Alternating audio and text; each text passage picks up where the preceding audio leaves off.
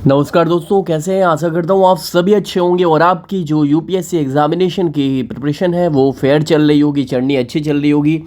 एक बार सबसे पहले कमेंट सेक्शन में बताएं कि तैयारी कैसी चल रही है। लाइक का बटन ज़रूर दबा दें क्लास की शुरुआत होते ही।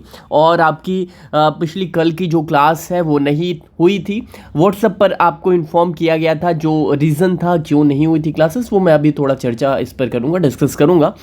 लेकिन इससे पहले मैं थोड़ी इन्फॉर्मेशन दे दूँ कि देखिए, ओनली यूपीएससी के इस प्लेटफॉर्म पर पूरी आपकी जो यूपीएससी एग्जामिनेशन की प्रिपरेशन है वो फ्री ऑफ कॉस्ट कराई जा रही है, निःशुल्क कराई जा रही है। और यहाँ पर आपको इसी के साथ साथ पूरी जो बुक्स हैं, रिसोर्सेज हैं, स्टडी मटेरियल है, वो भी आपको यहाँ पर प्रोवाइड किए जा रहे हैं। ठीक है, तो इसी सीरीज़ में आपकी पॉलिटी की क्लास चल रही है। और जिन बच्चों ने अभी तक की क्लासेस नहीं की हैं वो क्लासेस कर सकते हैं। 31 टोटल लेक्चर्स अभी हुए हैं। आप इस जो 31 लेक्चर्स हुए हैं, 31 क्लासेस हुई हैं, उनकी जो लिंक है वो इसी वीडियो के डिस्क्रिप्शन बॉक्स में दिया गया। यानी 31 क्लास जो हुई है अभी तक की, उसको एक प्लेलिस्ट में बना दिया गया, एक प्लेलिस्ट बना दी गई है उसकी।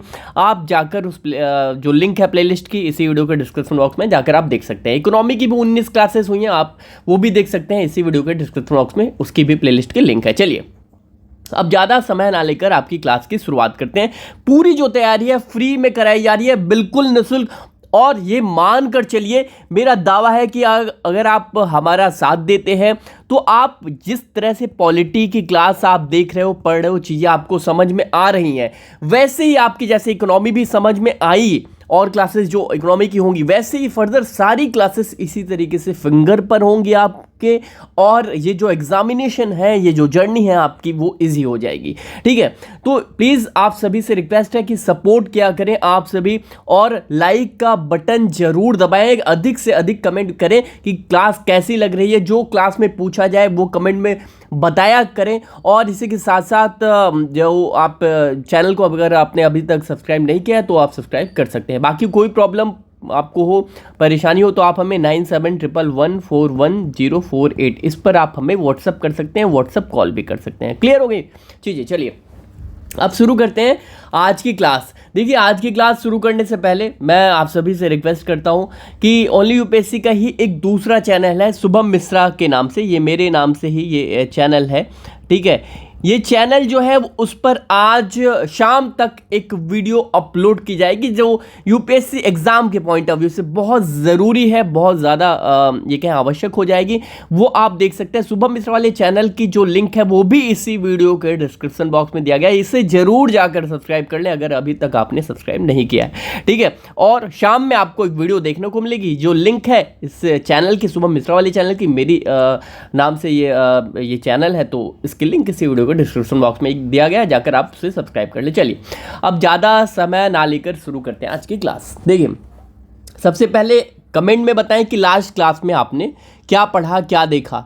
देखिए, लास्ट क्लास में हमने फंडामेंटल राइट को पूरी तरीके से ख़त्म कर लिया, एफआर को ख़त्म कर लिया, है ना। तो क्या क्या चीज़ें पढ़ी एक बार एफआर में, आप मुझे बता दें। कितने प्रकार कि जो आपके मूल अधिकार है वो होते हैं, एक बार नाम लिख दे कमेंट सेक्शन में। सबसे पहले नाम लिख दे कितने प्रकार के मूल अधिकार हैं। अगर 6 मिले हुए हैं तो वो कौन कौन से नाम हैं 6 मूल अधिकारों के, जो टाइटल है वो क्या है, वो आप एक बार प्लीज़ कमेंट सेक्शन में बताएं। चलिए, अब देखिए, आज की क्लास हम लोग डीपीएसपी से शुरू करेंगे। जो राज्य के हमारे नीति निर्देशक तत्व हैं वो क्या है, यानी कि directive principle of state policy जो है वो क्या है, ये आज हम शुरू कर रहे हैं। डीपीएसपी शुरू कर रहे हैं। ये जो डीपीएसपी है ये अनुच्छेद कितने से कितने तक है, एक बार कमेंट सेक्शन में बताएं। अनुच्छेद 36 से लेकर अनुच्छेद 51 तक ये डीपीएसपी है, राज्य के नीति निर्देशक तत्व। अब ये डीपीएसपी यानी राज्य के नीति निर्देशक तत्व है क्या, ये देखते हैं, बारीकी से पढ़ेंगे एकदम से। और देखिए, एग्जाम के पॉइंट ऑफ व्यू से चीज़ें छूटनी नहीं चाहिए। ठीक है, तो शुरू करते हैं आज की क्लास में डीपीएसपी को, राज्य के नीति निर्देशक तत्व। ठीक है, चलिए, नीति निर्देशक तत्व। अच्छा, ये नीति निर्देशक तत्व है क्या, किसी को मालूम है क्या? ठीक है, राज्य के, यहां लिख सकते हैं, राज्य के नीति निर्देशक तत्व डीपीएसपी। ठीक है, चलिए देखिए, ये डीपीएसपी की जब बात आती है कि नीति निर्देशक तत्व, जैसा कि नाम से ही क्लियर है, नीति का मतलब क्या है भैया, पॉलिसी होता है ना कि भैया कोई पॉलिसी बनाई, कोई नीति बनाई जा रही है, कोई योजना बनाई जा रही है ना।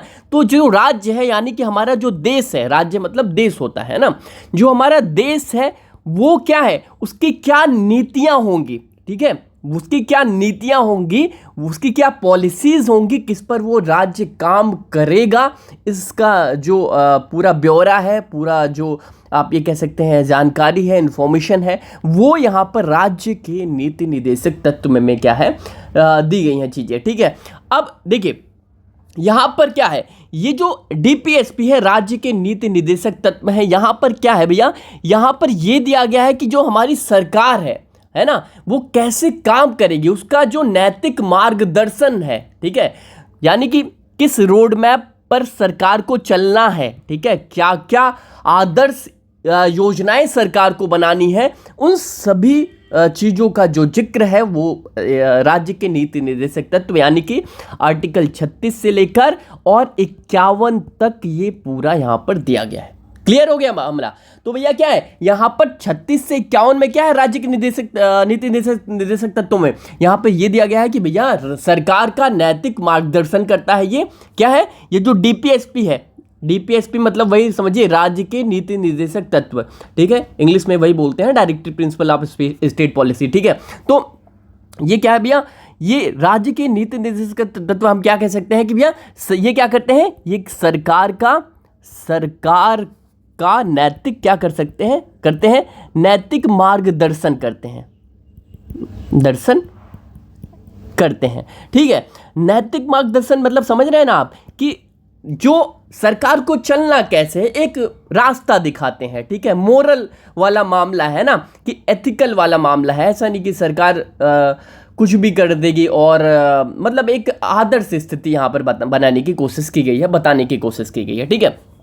और क्या भैया यहाँ पर ये कहा गया कि भैया मतलब इस नीति निर्देशक तत्व जो है, जैसे हमने मूल अधिकार पढ़ा था ना, मूल अधिकार, तो मूल अधिकार को पढ़ने से पहले ये जाना था कि आखिरकार मूल अधिकार होते क्या है, वैसे ही राज्य के नीति निर्देशक तत्व होते क्या है ये हम जानने की कोशिश कर रहे हैं। उसके बाद हम एक एक करके आर्टिकल्स को भी डिस्कस करेंगे, देखेंगे। तो क्या भैया ये क्या है, ये क्या भैया राज्य का जो सरकार है, सरकार का जो नैतिक मार्गदर्शन है वो ये जो है डीपीएसपी यानी राज्य के नीति निर्देशक तत्व करते हैं, ठीक है।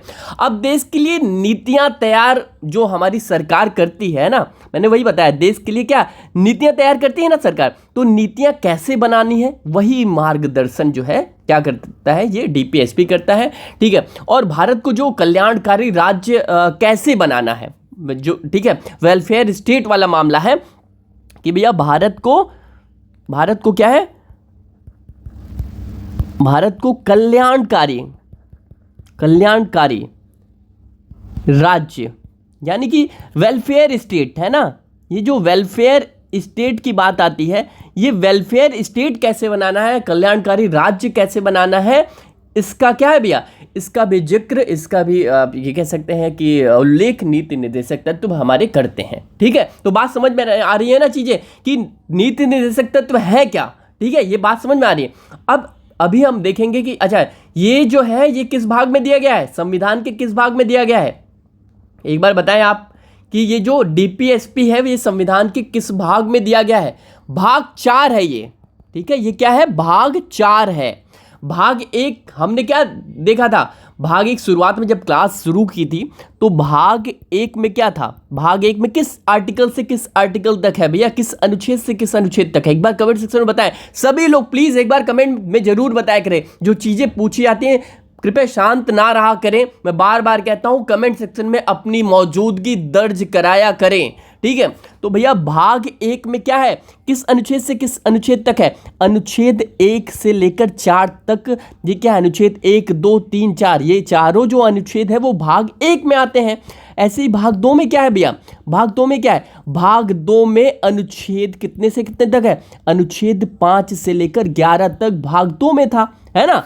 और फिर भाग 3 में क्या है, मतलब भाग 3 में क्या हमने पढ़ा, भाग 3 में अनुच्छेद क्या है भैया, अनुच्छेद 12 से लेकर 35 तक हमने क्या पढ़ा, भाग 3 जो कि फंडामेंटल राइट है ना। तो ये जो भाग 3 है वो क्या है, वो फंडामेंटल राइट यानी जो अनुच्छेद 12 से 35 है इसका जो है उल्लेख है, डिस्कशन है। ठीक है, तो ये भाग 3। अब हम लोग कौन सा भाग पढ़ रहे हैं, ये चौथा भाग पढ़ रहे हैं। क्या चौथा भाग 4 राज्य के नीति निर्देशक तत्व पढ़ रहे हैं। क्लियर हो गया मामला।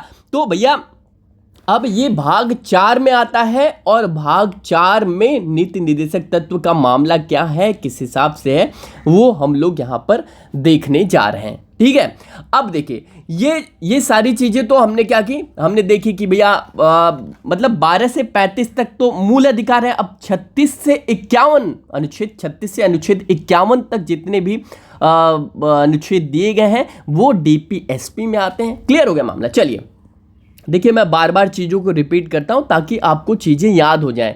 अंतिम से अंतिम लास्ट में बैठा हुआ वो बच्चा भी चीज़ों को समझ पाए, यहीं क्लास में ही उसे चीज़ें याद हो जाएं पूरी, ये कहें कि उसके दिलो दिमाग में चीज़ें बैठ जाएं। यही वजह है कि मैं बार बार चीज़ों पर फोकस करता हूं।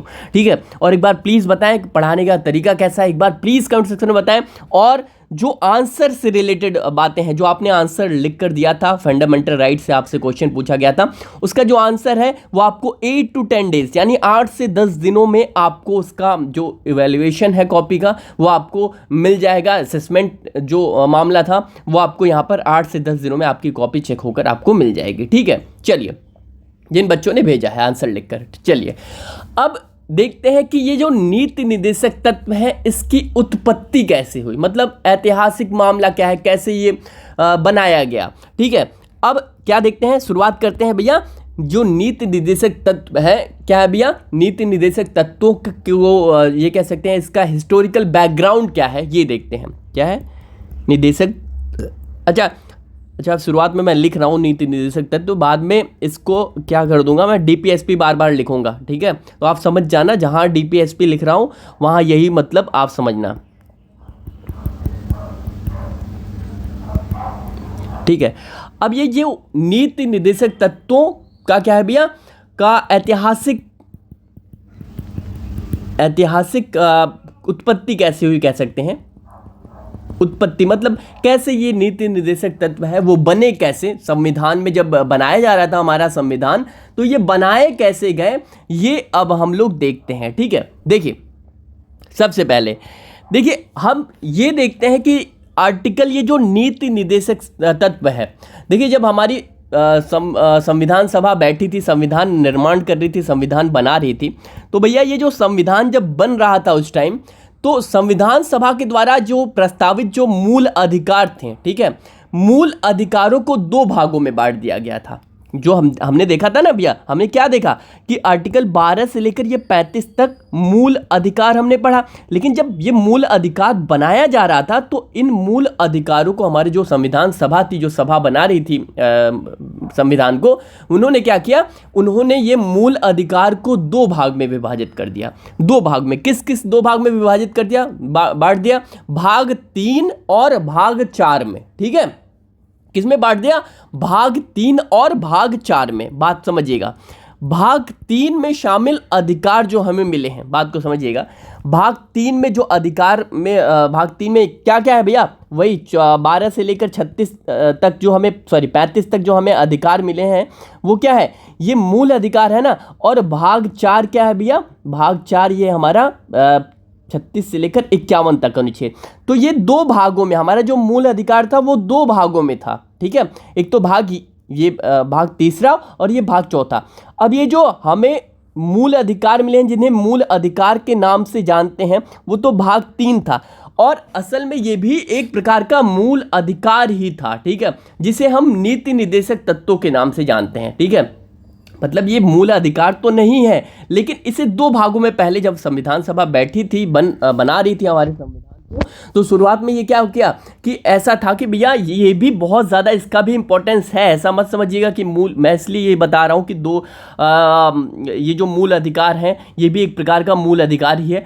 ये मूल अधिकार तो नहीं है, लेकिन कहने का मतलब है इसका जो महत्व है, जो इम्पोर्टेंस है वो भी बहुत ज़्यादा है। ठीक है, तो भैया क्या है, हमारी जो संविधान सभा थी, जब वो संविधान सभा, जब एक मिनट में पेज को ले लेता हूँ, हमारी जब संविधान सभा क्या कर रही थी, निर्माण कर रही थी, बना रही थी हमारे संविधान को, तो क्या है भैया, दो भागों में क्या कर, मूल अधिकारों के प्रावधानों को दो भागों में क्या कर दिया था, विभाजित कर दिया था। ठीक है, चलिए अब जिसका मतलब क्या है, दो भाग का मतलब क्या है, दो भाग का ये मतलब है कि भाग 3 जो है आपका, ठीक है, जो भाग 3 है वो क्या है भैया, उसे कहा कि वाद्य योग्य है। वाद्य योग्य क्या है भैया, वाद्य योग्य, बात को समझिएगा। ये क्या कहा, जस्टिसिएबल है, मतलब क्या है भैया, अभी मैं बता रहा हूं ये क्या इसका मतलब निकल रहा है। ठीक है, देखिए भाग 3 जो है, यानी जो हमें फंडामेंटल राइट है, मूल अधिकार है, वो वाद्य योग्य है। मतलब क्या है कि मतलब इसमें जो आपको अधिकार मिले हुए हैं, उन अधिकारों के लिए आप क्या कर सकते हैं, वाद विवाद कर सकते हैं सरकार से। ठीक है, कि अगर सरकार क्या कर रही है कि यहाँ ये सुविधाएं जो आपको मूल अधिकार में मिली हैं, इन सुविधाओं को अगर कहीं कोई क्या करता है भैया, आपसे ये कहे कि छीनता है, तो ये क्या है, आप वाद कर सकते हो, आप जाकर सुप्रीम कोर्ट पहुंच सकते हो, है ना, कि भैया वाद करते हो, वहाँ पर डिबेट कर सकते हो, वहाँ पर कह सकते हो कि वाद कर सकते हो कि ये हमारा जो अधिकार है वो यहाँ पर छीना जा रहा है, या फिर ये दिक्कतें हो रही हैं, यहाँ पर क्या डिबेट कर सकते हो, दिक्कत हो रही है मुझे। लेकिन जो भाग 4 है, ठीक है, भाग 4 जो दूसरा है, अभी जो हम लोग DPSP पढ़ रहे हैं, ये जो भाग 4 है वो क्या है भैया, ये जो भाग 4 है वो यहाँ पर अवाद योग्य है। बात समझिएगा, अवाद योग्य। ठीक है, मतलब भैया नॉन जस्टिसिएबल है। ये क्या है भैया, नॉन जस्टिसिएबल। ठीक है, बात को समझिएगा। ये तो ये क्या है, नॉन जस्टिसिएबल का मतलब क्या है, मतलब इसमें जो अधिकार हमें मिले हुए हैं, मतलब ये भी एक प्रकार का अधिकार ही है। क्या भाग 4 जो अनुच्छेद 36 से 51 तक दिया है, ये भी एक प्रकार का अधिकार ही है। लेकिन ये जो 35 वाला मामला था, यानी 12 से 35 वाला जो अधिकार मिला था, इसको क्या है, इसको कोई छीन नहीं सकता। वाद योग्य अगर हो रहा तो आप खटखटाओगे, सीधा उच्चतम न्यायालय पहुंच जाते थे, प्रवेश का अधिकार था हमें, है ना। लेकिन जो भाग 4 दिया है यहाँ पर, ये अवाद योग्य है। मतलब कि यहाँ पर ये कहा गया कि भैया इसका ये मतलब आप कह सकते हैं कि इन्हें लागू कराने के लिए कोई भी व्यक्ति क्या है, न्यायपालिका जो है नहीं जा सकता, न्यायपालिका के समक्ष नहीं जा सकता। क्या मतलब है इसका, अवाद योग्य का क्या मतलब है, नॉन जस्टिसिएबल का क्या मतलब है, मतलब इसे लागू कराने के लिए अभी मैं और समझाता हूँ, के लिए क्या है, कोई भी व्यक्ति कहाँ नहीं जा सकता, कोई भी व्यक्ति, एक मिनट, न्यायपालिका नहीं जा सकता, पालिका नहीं जा सकता। बात को समझिएगा, ये क्या है इसका मतलब कि इसे लागू कराने के लिए कोई भी व्यक्ति न्यायपालिका नहीं जा सकता।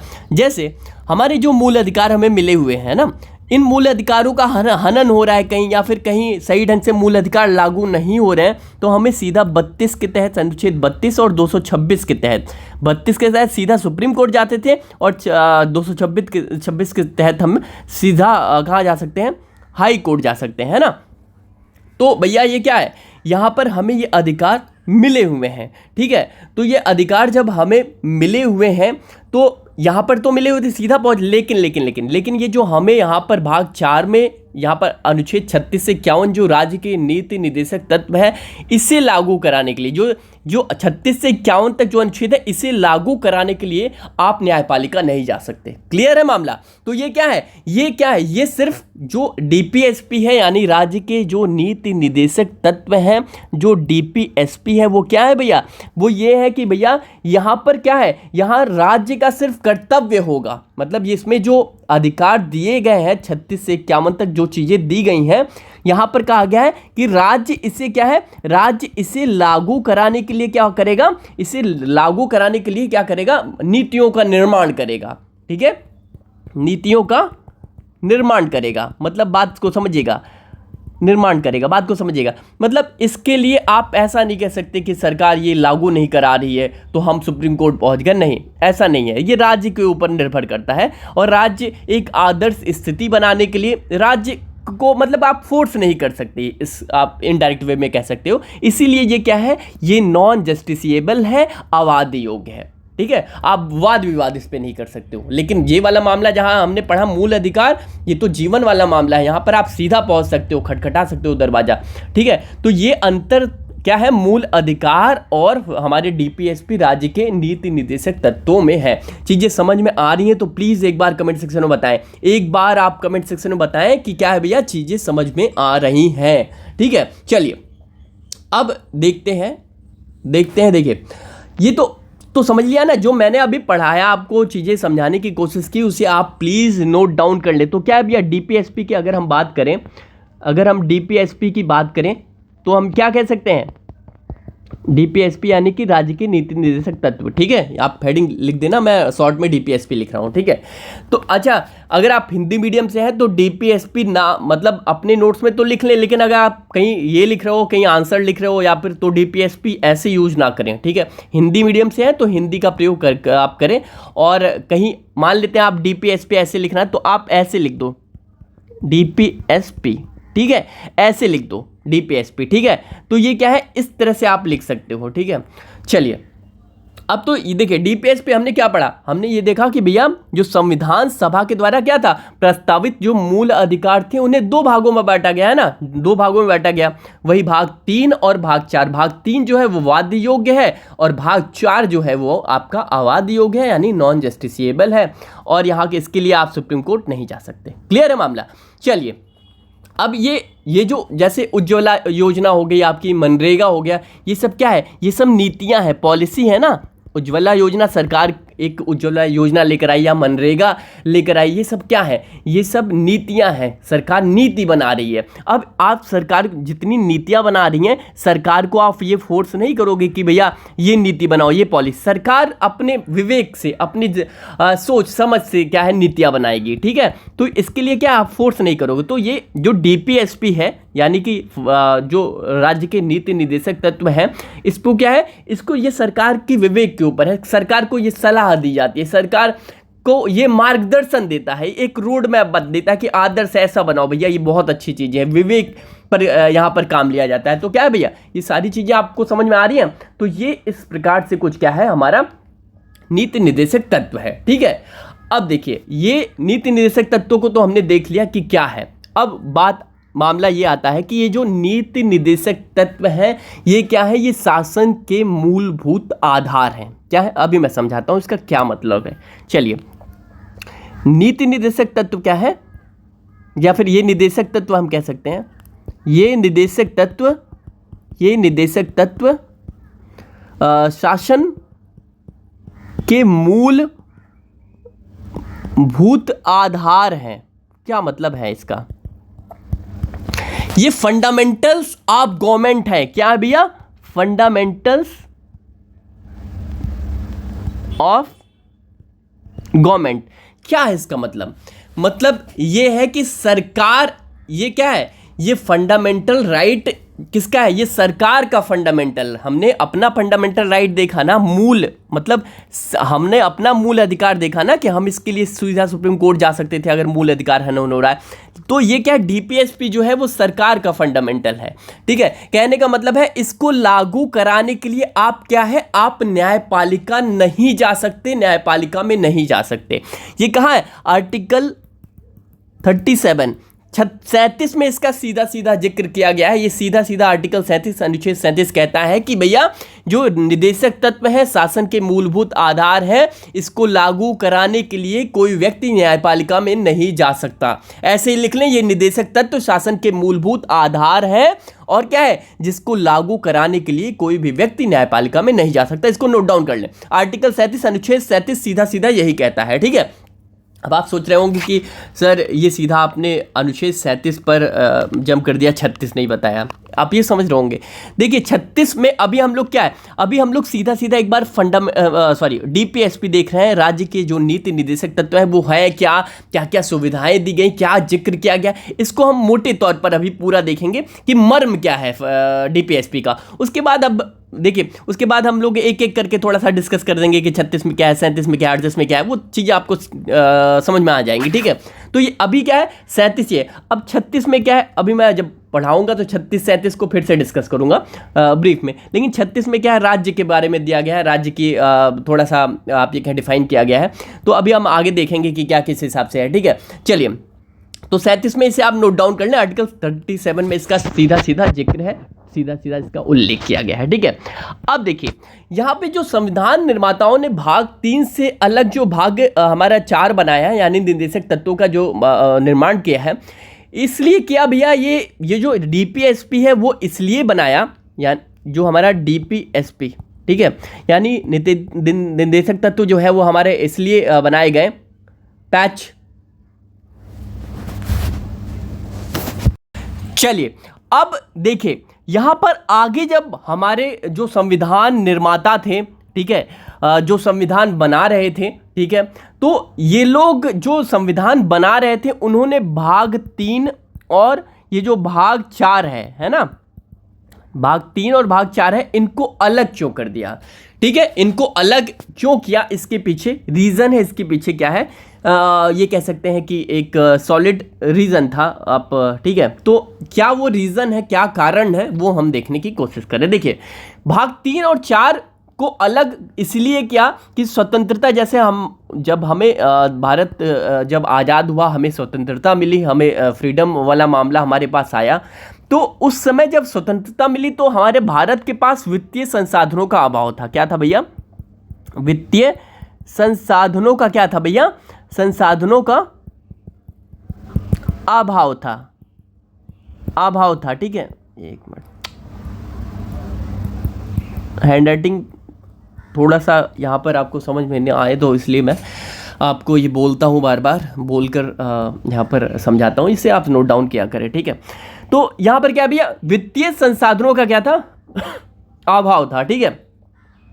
यानी इसका मतलब क्या है, इसका मतलब ये है कि भैया देश की आर्थिक स्थिति, रिसोर्सेस वाला मामला जो है, संसाधन उतने देश में नहीं थे, ठीक है। क्या है, संसाधन उतने देश में नहीं थे, आर्थिक स्थिति वाला मामला थोड़ा सही नहीं था, इसीलिए भाग 3 और भाग 4 को अलग कर दिया। अब समझ रहे होंगे ये इससे इसका क्या लेना देना अलग करने से। देखिए भाग 3 में क्या कहा गया है, भाग 3 में कहा गया कि भैया ये जो अधिकार आपको दिए गए हैं 12 से 35 तक, ये जो हमारी सरकार है, हमारा जो राज्य है, उसे लागू करेगा, ठीक है। इसमें किसी भी प्रकार से नागरिकों के साथ आप ये कहें कि भेदभाव नहीं किया जा सकता है, मतलब इसे आपको लागू करना ही करना है, ठीक है। ये जो राइट्स, जो मौलिक अधिकार मिले हैं, क्या है भैया, वो उन्हें देना ही देना है राज्य के नागरिकों को। लेकिन भाग 4, अब ये जो चीज़ें राज्य के लिए, मतलब अगर आपके पास जिम्मेदारी दे दी गई क्या कि भैया ये चीज़ें लागू कराना ही कराना है, ठीक है, और लागू कराना है, तो उसके लिए क्या है भैया, उसमें जो देश है, या आपको अगर मान एग्जांपल दे देता हूँ, आपको कोई काम दिया गया, ठीक है, और कहा गया कि भैया ये चीज़ें आपको मतलब करानी ही करानी है, तो इसके लिए क्या है, इसके लिए आपके पास पैसे भी होने चाहिए, चीज़ें संसाधन होने चाहिए आपके पास, ठीक है। तो संसाधन ही अगर नहीं रहेंगे तो आप कैसे लागू करा पाओगे। तो कहने का मतलब यह है कि इसीलिए इन दोनों को अलग कर दिया गया, ठीक है, कि और ये कहा गया कि ये जो जरूरी चीज़ें हैं, मतलब अगर आप घर में जो जरूरी काम होता है वो पहले करते हैं ना पैसों से, तो जो जरूरी चीज़ें हैं भाग 3 में, मतलब ये तो भैया ये जो 12 से 35 आर्टिकल है, अनुच्छेद है, ये बहुत ज़्यादा जरूरी था। तो इसीलिए कहा गया कि भैया इसको क्या है, ये क्या है, ये वाद योग है, ये मिलना ही चाहिए लोगों को, मतलब ये अधिकार लोगों को मिलना ही चाहिए। और यहाँ पर क्या है, भाग 4 में जो हमें चीज़ें दी गई हैं वो क्या है भैया, 36 से 51 तक जो भाग 4 में दी गई हैं, उसमें कहा गया कि भैया ये राज्य इसकी कोशिश करेगा, मतलब जैसे योजना लागू करना, ठीक है, और मतलब नीतियाँ बनाना, और कल्याणकारी राज्य की स्थापना जो राज्य है सरकार है वो करेगी। तो ये क्या है, ये कहा गया कि हाँ ऐसा करोगे आप, ठीक है। अब यहाँ पर सरकार करेगी लेकिन बाउंड नहीं है, मतलब है सरकार का तो दायित्व है, लेकिन आप जा नहीं सकते वहाँ सीधा खटखट कि भैया ये कल्याणकारी राज्य नहीं बना रहे हैं, ऐसा नहीं कर रहे हैं, ऐसा। तो भैया क्या है, ये इसीलिए किया गया कि संसाधन हमारे पास नहीं थे, उतना वित्तीय मामला उतना अच्छा नहीं था, ठीक है, आर्थिक मामला उतना अच्छा नहीं था, तो इसीलिए क्या है, हर चीज़ के लिए पैसों की ज़रूरत होती है, संसाधन थे नहीं, तो इसीलिए इन दोनों को अलग कर दिया गया। और ये क्या है, ये जरूरी था, तो इससे मतलब ये पहले इसको प्रायोरिटी दी गई। तो ये क्या है, ये इसीलिए कहा गया कि भैया प्रशासनिक सुविधाएं उपलब्ध उस समय उतनी अच्छी नहीं थी, इसीलिए क्या है, इसलिए इसे वाद योग्य बनाना संभव नहीं था। मतलब आप ऐसा नहीं राइट दिया गया कि आप सीधा अगर नहीं लागू करा रही है सरकार तो आप पहुंच गए। मतलब अब भाग 4 मतलब क्या है, ये भाग 4 में नीतियां बनाना है, सरकार नीतियां बनाएगी और सरकार सभी को रोजगार देगी, सरकार का ये दायित्व है, ऐसा करेगी वैसा करेगी। अगर सरकार नहीं कर, मान लेते हैं सरकार फेल हो गई, नहीं कर पा रही है ऐसा, तो सभी लोग सुप्रीम कोर्ट पहुंच जाते कि भैया ये नहीं कर पा रहे, ऐसा नहीं हो रहा है, तो फिर क्या है, फिर तो अगर भैया सरकार के पास वित्तीय संसाधन रहेंगे ही नहीं तो वो कैसे कर पाएंगे। तो यही वजह है कि भाग 4 को क्या बनाया गया है, भाग 4 को वाद योग्य नहीं बनाया गया, मतलब उस पर डिबेट आप नहीं कर सकते।